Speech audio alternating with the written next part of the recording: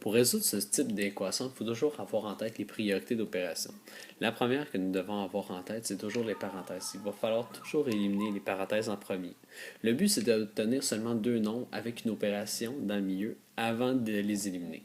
La première que nous pouvons faire, nous marchons toujours de gauche à droite, c'est le 35 plus 5. 35 plus 5 nous donne 40, on vient d'éliminer la première parenthèse. Ce qu'il faut faire, c'est réécrire la première équation en n'oubliant pas de tout écrire ce que nous avons.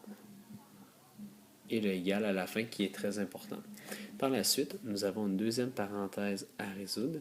Le 78 moins 76, on le fait avant l'exposant parce qu'il y a une opération à faire dans la parenthèse avant d'appliquer l'exposant.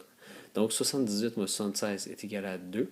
Je vais ajouter tout de suite l'exposant et je vais réécrire tout ce que je n'ai pas utilisé égal.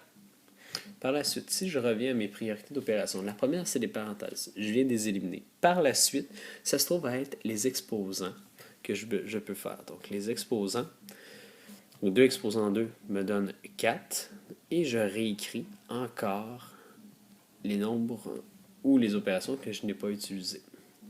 Le but de la forme de calcul, soit avec les entonnoirs, c'est d'arriver à un seul résultat à la fin et à deux nombres, un chiffre et un nombre, avec une seule opération. Ici, on a 40 divisé par 4.